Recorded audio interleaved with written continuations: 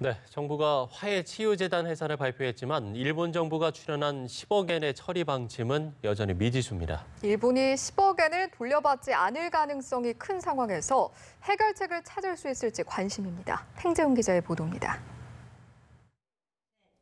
일본은 한일 위안부 합의에 따라 화해치유재단이 설립되자 2016년 8월에 10억엔, 당시 환율 기준으로 약 108억 원을 송금했습니다.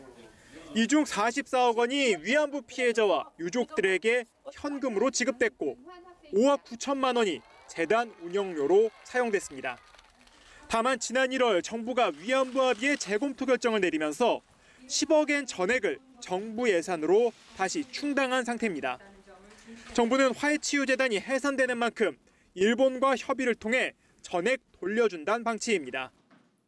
화해치유재단의 잔여기금과 함께 피해자, 관련 단체 등의 의견을 수렴하면서 합리적인 처리 방안을 마련하고 이를 바탕으로 일본 정부와도 협의해 나갈 예정입니다.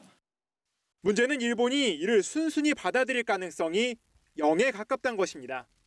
강제징용 문제로 이미 안 좋은 한일 관계를 감안했을 때 일본이 화해치유재단과 관련한 협상 자체를 거부할 가능성도 있습니다. 일본이 받지 않는다고 해서 주인 없는 10억엔을 계속 갖고 있을 수는 없다 보니 정부의 고민은 클 수밖에 없습니다. 일각에선 10억엔을 제3국에 공탁시키는 방안이나 여성차별철폐위원회 등 유엔사나 여성 프로그램에 기부하는 의견도 나오고 있습니다.